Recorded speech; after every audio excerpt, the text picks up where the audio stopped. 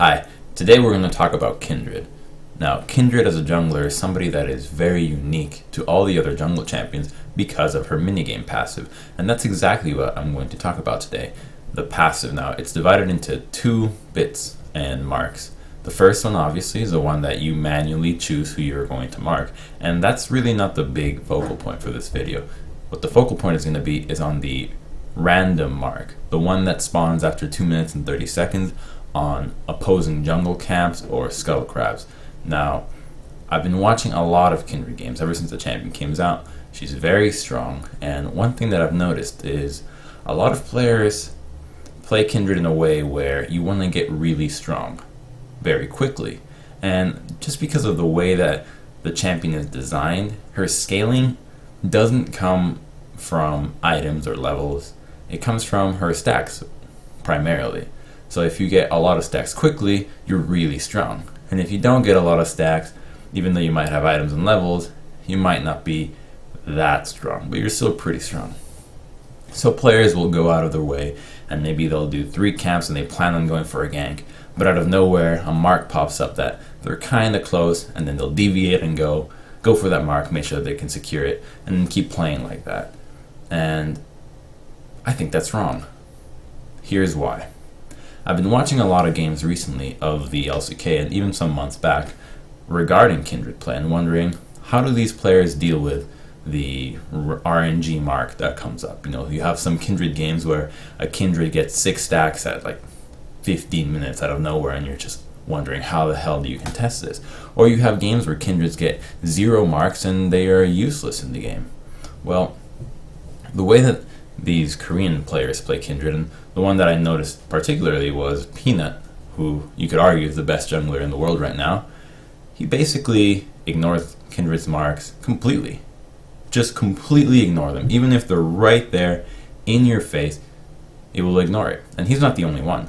Other Korean junglers will do the same thing. They just won't go for them. Now, why is this? Why is it that this ability to get yourself ahead early or make yourself stronger is right then and there, but you don't go for it?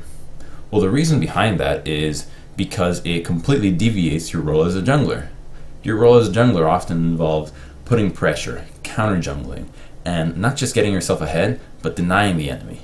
And when you go out of your way to get a Kindred mark, you're just getting yourself ahead. You're really not putting your opponent very behind, because you're often having to deviate out of your path to get that mark.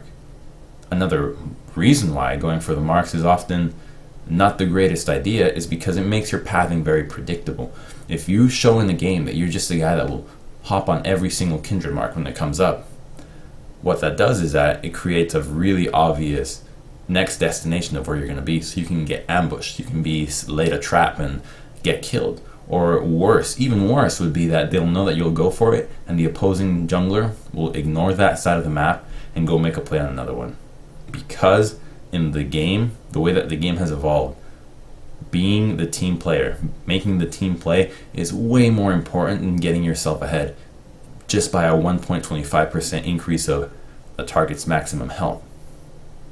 The next time you play Kindred, I invite you to try to play Kindred in a way where you only go for these marks as a reward of a much greater play. As a play as if you were just a regular jungler without that passive, where you go for your counter jungle play, you go for your regular invade, and then afterwards you see, oh look, there's a mark here, I'm gonna go take this. Or hey, you know what, my team invaded with blue buff, let's go secure this. Or hey, my team pushed up the lanes, I counter jungle, we got our vision, now I can go secure a mark.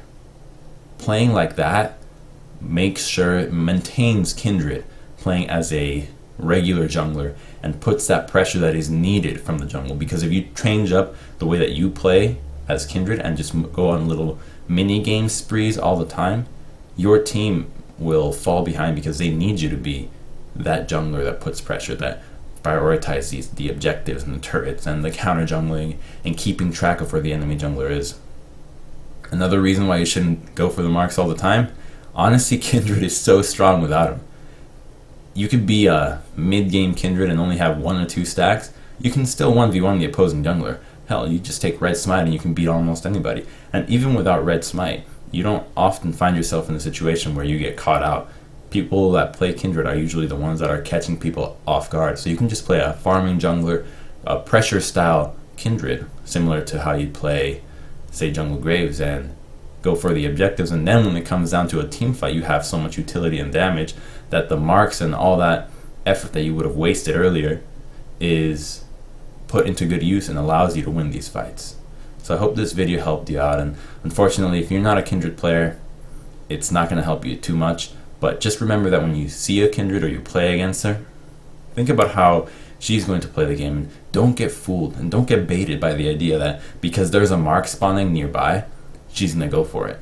Because a good Kindred will just continue playing the way that she wants to and make sure that she's unpredictable, because that's what the marks do. They make you predictable, and in this game, the jungler that is least predictable is often the one that wins.